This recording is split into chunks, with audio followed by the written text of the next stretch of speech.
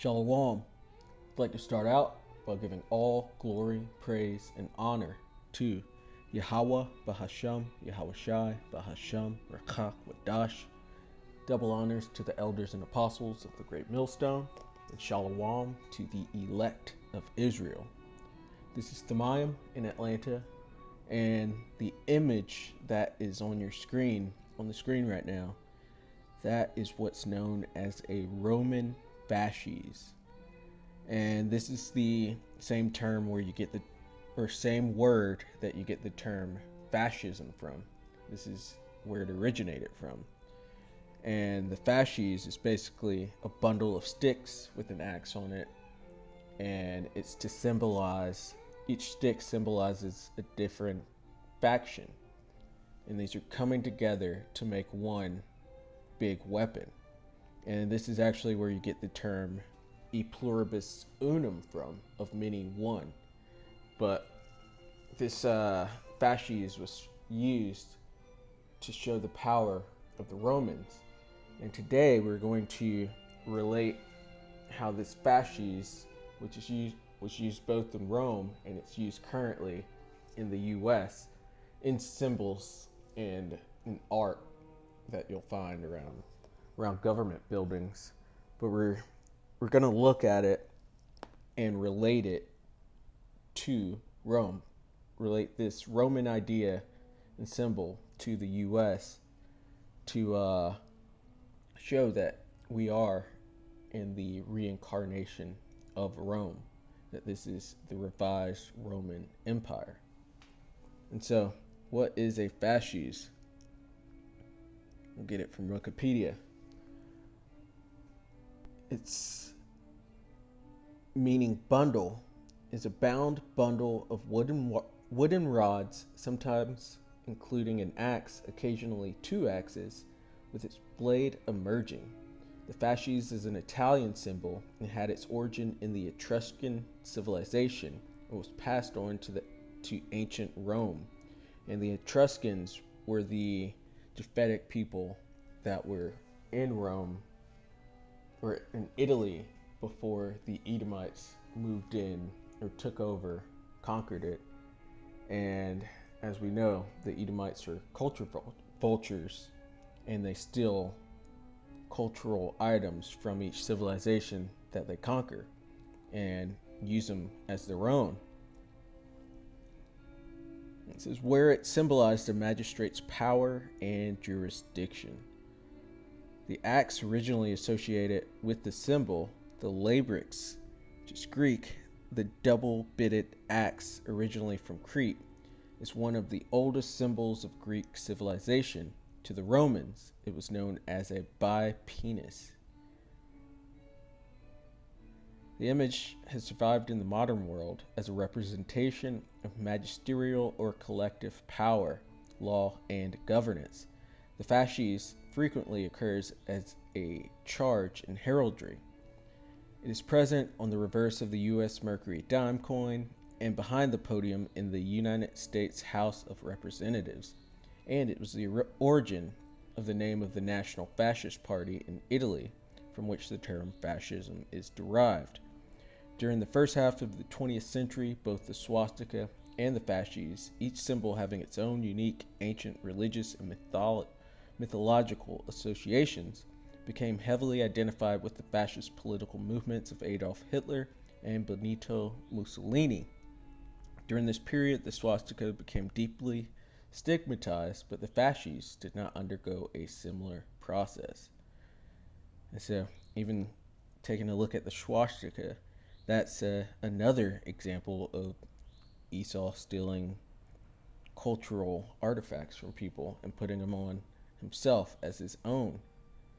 And here's a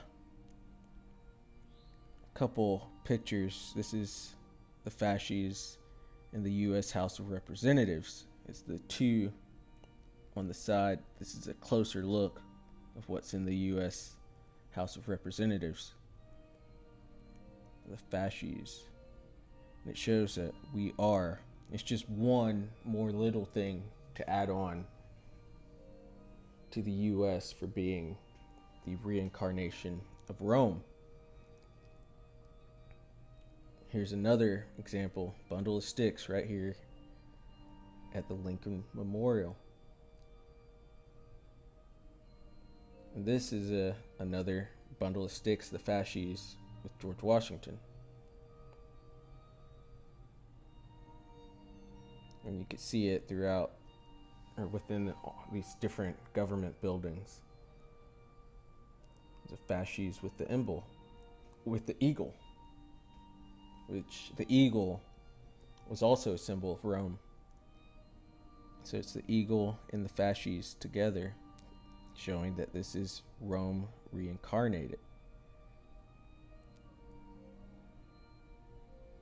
Oh. And also, these were the men that used this fasces in ancient Rome. It's called a lictor.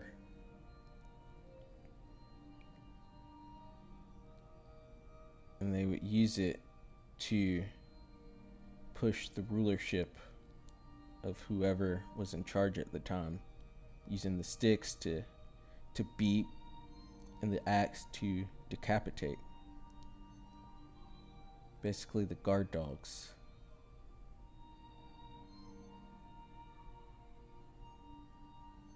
We're gonna go check out this article really quick.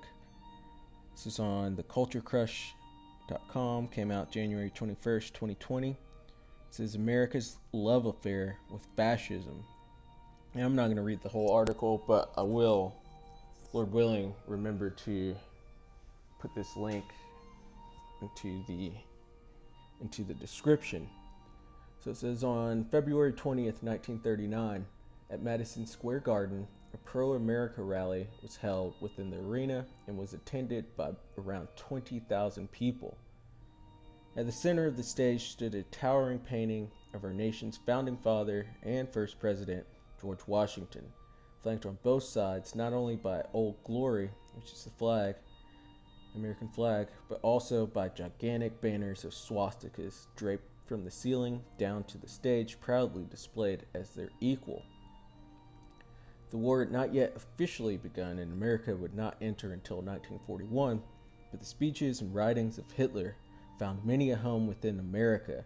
The host of the event was the American Bund, a pro-Hitler organization with membership all over the United States, numbering in the thousands. Yet incredibly enough, this was hardly the beginning of the fascist movement in America, but rather simply a clear manifestation of it. And here's that image of these Nazis in America. It shows Esau's hateful heart. And those are Edomites, George Washington being an Edomite. And those boys down there in Nazi regalia are Edomites. From its inception, America has had the roots of fascism embedded within it. Throughout the country's history, it has come in many forms, but it did not start at Madison Square, and it most certainly did not start with Trump and the rise of white nationalism and far-right ideology currently spreading like unhindered wildfire in these United States. And while fascism itself has thankfully not yet taken hold here officially, which that's what this NWO, this Great Reset, is trying to do. It's trying to push fascism onto the world. Elements of it have slowly warped and distorted the great American experiment.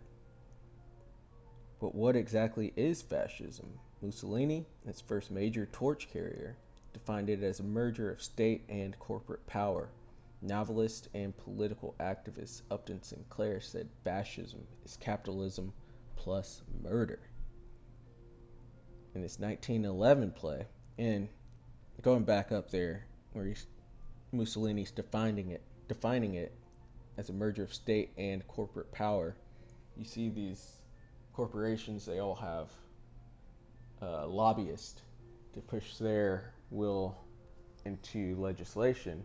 And we also notice that government involvement is high up within these corporations, and that many politicians are actually CEOs at the same time.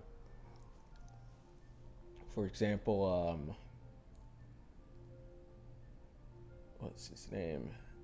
He was the vice Dick Cheney. Dick Cheney had dealings and held ownership within several pharmaceutical companies and pushed. I think he's where you get. It's a fake sugar. Slocky. I can't quite remember that. That just came to mind. But there's already a merger of state and corporate power. It's basically the point.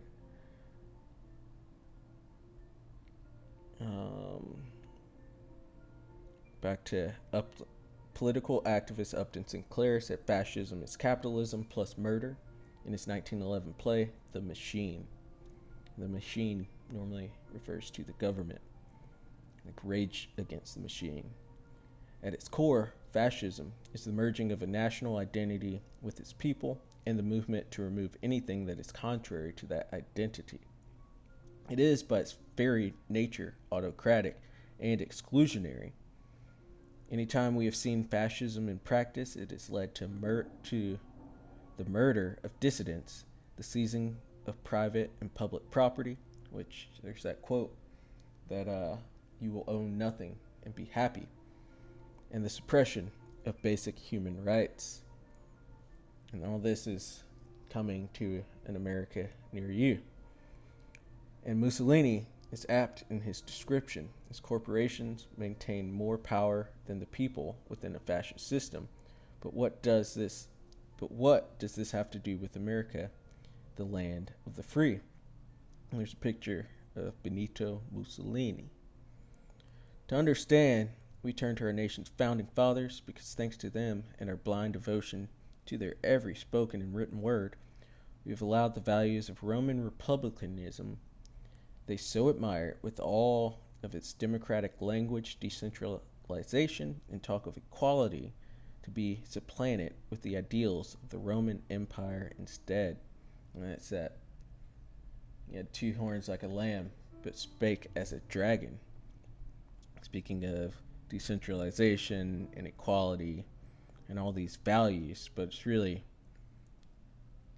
pushed towards fascism and taking away any human rights that you might have.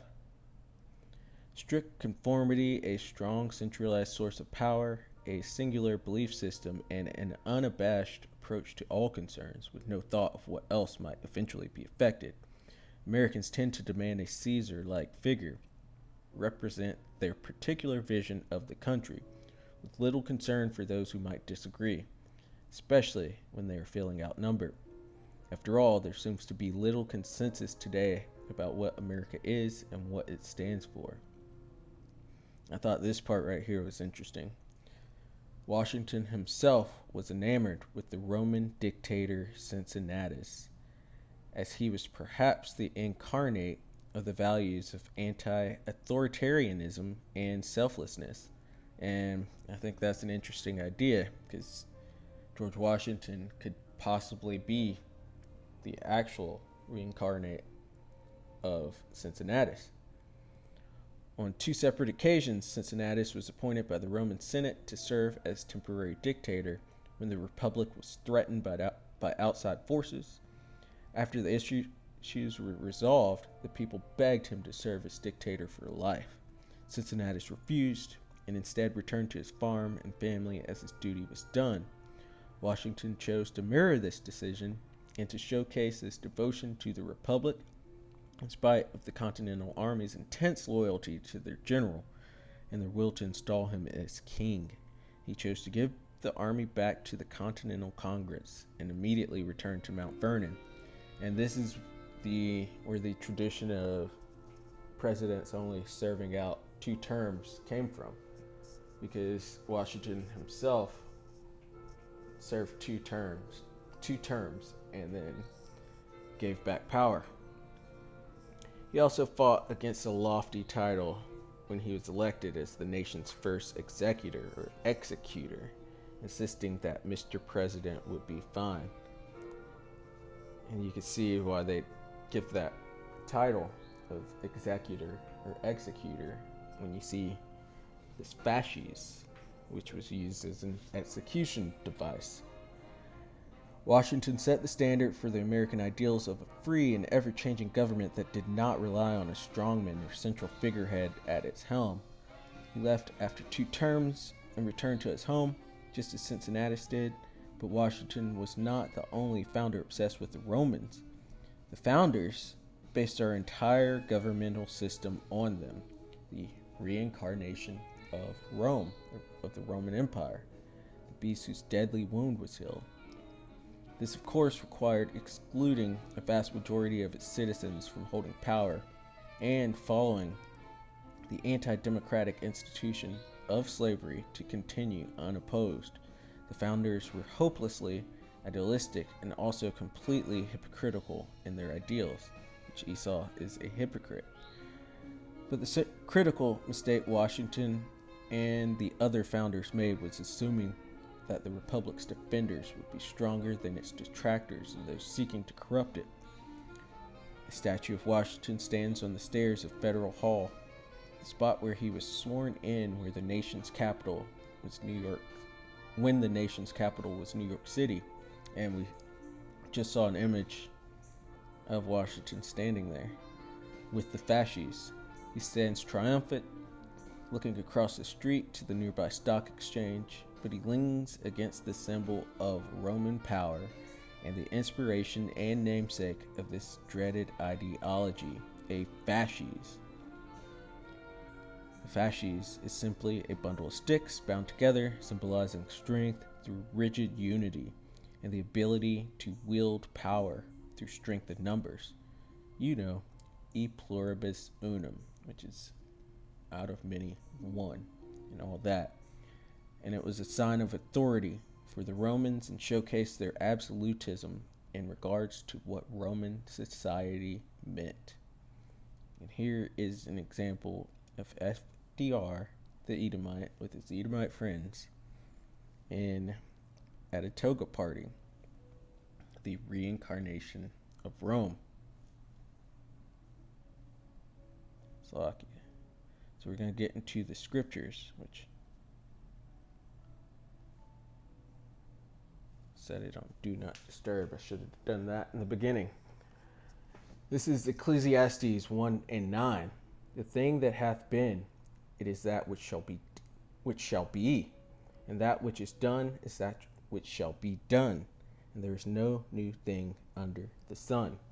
And this is showing reincarnation, because everything's reincarnated. Souls are reincarnated.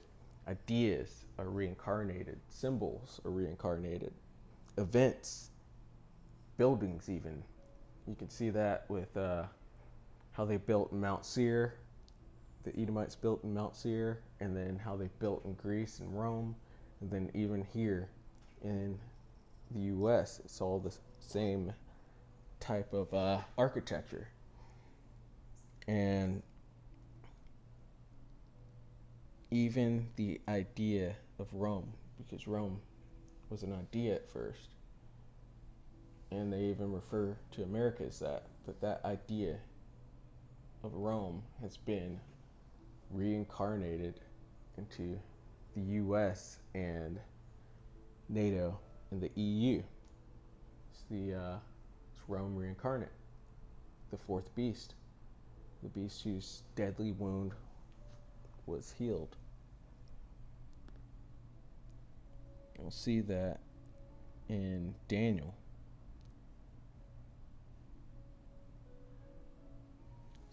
Daniel 7:17. And this is Daniel had a vision, and he saw the 4 great beasts or 4 great kingdoms that were to rule the earth before the kingdom of heaven was to be established. And this is a little further down, so we'll pick up at 17. These great beasts, which are 4 kings, which shall arise out of the earth, going into kingdoms. But the saints of the Most High shall take the kingdom and possess the kingdom forever, even forever and ever. Then would I know the truth of the fourth beast, this fourth beast being the Roman Empire, which was diverse from all the others. That diversity came with them having a senate and the two-party system, the plebeians and patricians, very similar to how the U.S. has a senate and a two-party system, the Democrats and Republicans. Moving on, exceeding dreadful, whose teeth were of iron, and Rome used iron in their weaponry, and that's how they had an advantage over all the other nations. And his nails of brass, which devoured, brake in pieces, and stamped the residue with his feet. These are symbolizing the nations that were taken down through the Roman Empire. And of the 10 horns that were in his head, those 10 horns being the vassal states. And of the other which came up, the other which came up is referring to this revised Roman Empire in the United States, and the U.S. in particular, and before whom 3 fell, that 3 being Spain, France, and the British, the Spanish, the French, and the British.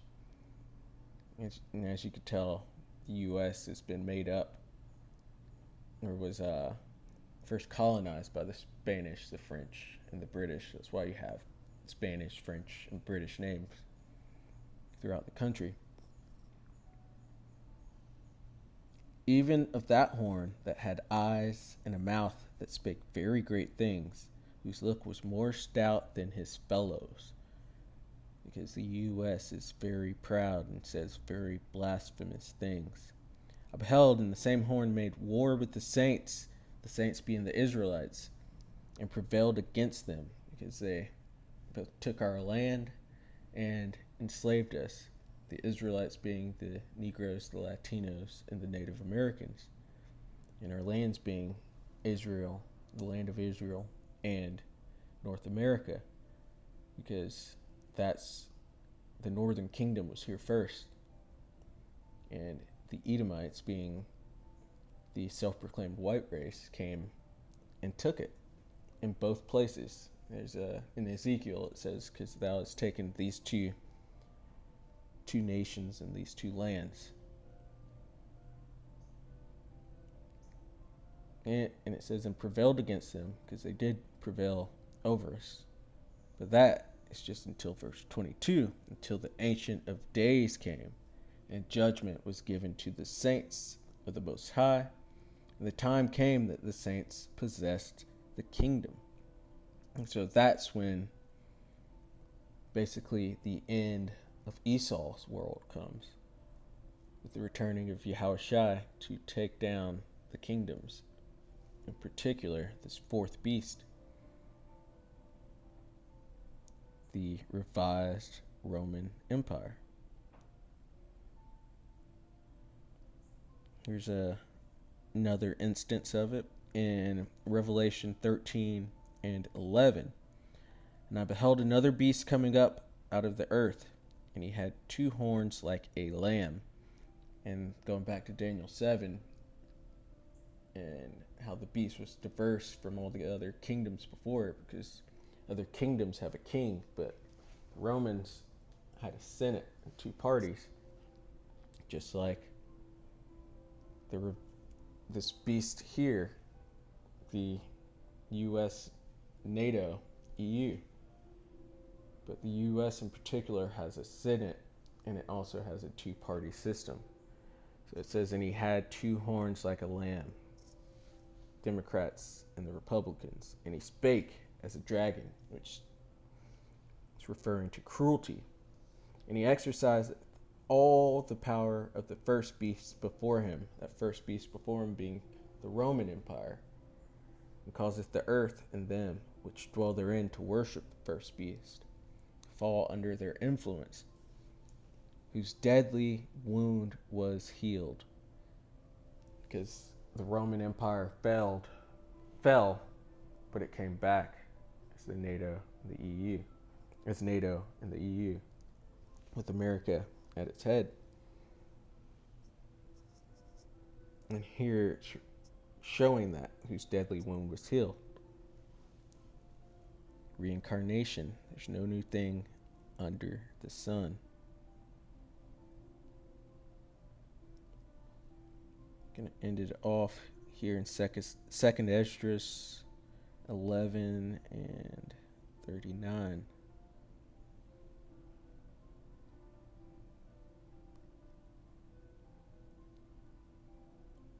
Actually, we'll start up here at 36, second Esdras 11 and 36 for context. Then I heard a voice which said unto me, Look before thee and consider the thing that thou seest. And I beheld, and lo, as it were a roaring lion chased out of the wood. And I saw that he sent out a man's voice unto the eagle, and said, a roaring lion being Yahushai, and the eagle being this fourth beast, the Roman Empire, whose symbol was the eagle, with the U.S.'s symbol also being the eagle, and Esau in general, his symbol being the eagle. Hear thou, I will talk with thee, and the highest shall say unto thee, Art not thou it that remainest of the four beasts whom I made to reign in my world, that the end of their times might come through them? Because the kingdom of heaven won't be established until this fourth beast is taken out of the way, power removed from it. And the fourth came and overcame all the beasts that were past, that being the Babylonian Empire, the Medo-Persians, the Greeks, and the Romans being the last, the fourth beast, with this being a reincarnation of the Roman Empire, and had power over the world with great fearfulness, and over the whole compass of the earth with much wicked oppression. And so long time dwelt he upon the earth with deceit, because Esau's kingdom, everything is a lie, and everything is gotten through violence and thievery. For the earth hast thou not judged with truth, for thou hast afflicted the meek, thou hast hurt the peaceable, thou hast loved liars, and destroyed the dwellings of them that brought forth fruit, that being the Israelites, and hast cast down the walls of such as did thee no harm. Therefore is thy wrongful dealing come up unto the highest, and thy pride unto the mighty? Because the sins of Babylon have reached unto heaven. The highest also hath looked upon the proud times, and behold, they are ended, and his abominations are fulfilled.